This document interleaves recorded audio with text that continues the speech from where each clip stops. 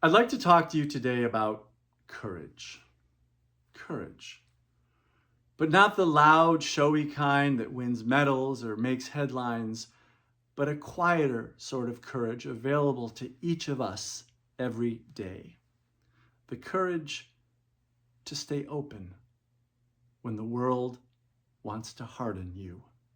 To stay connected when everything around you says divide. To hold true to who you are, even when fear and judgment tempt you to let it go. Now, I've learned quite a bit about this kind of courage over the years through two very different worlds.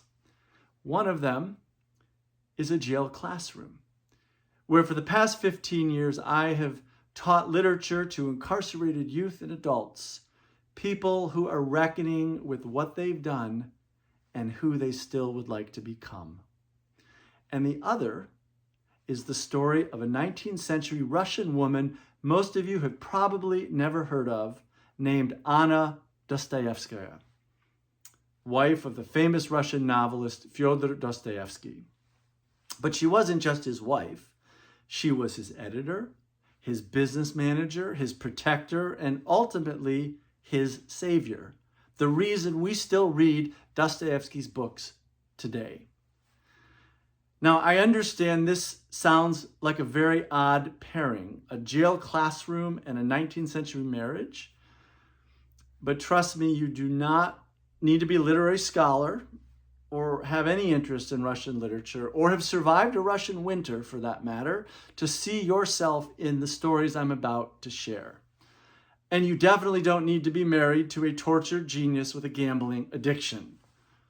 But I guess if you are, first of all, I am very sorry.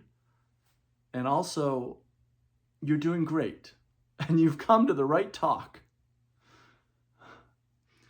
One reason Anna's story continues to resonate with people and why my book about her, The Gambler Wife, was a national finalist for the PEN America Award and is now being made into a feature film, is because her story feels so contemporary.